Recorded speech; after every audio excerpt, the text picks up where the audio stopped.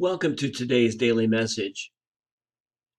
Over the course of the next 2 days, today and tomorrow, I ask for your indulgence as I read a piece that I wrote recently that has to do with the real presence of Christ.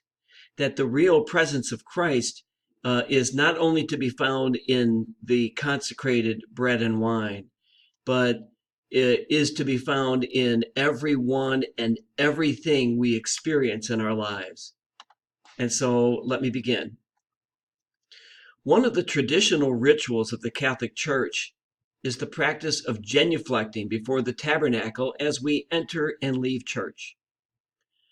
Genuflection is an acknowledgement of the presence of the Blessed Sacrament, the real presence of Christ in the tabernacle. In recent years, we have been encouraged to perform a similar ritual before taking communion. We bow just before we receive the consecrated bread and wine to express our belief that they are the body and blood of Christ.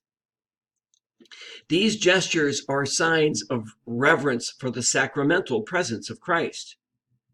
They remind us also to reflect on the real presence of Christ in ourselves and in everyone, because we are all created in God's image and likeness.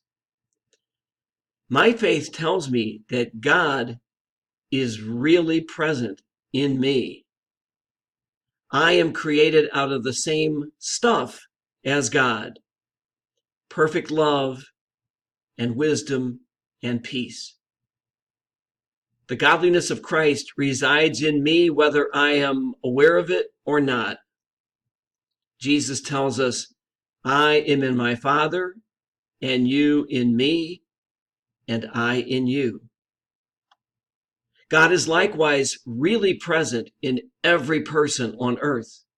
Every man, woman, and child are created in God's image, aglow with the very spark of divinity.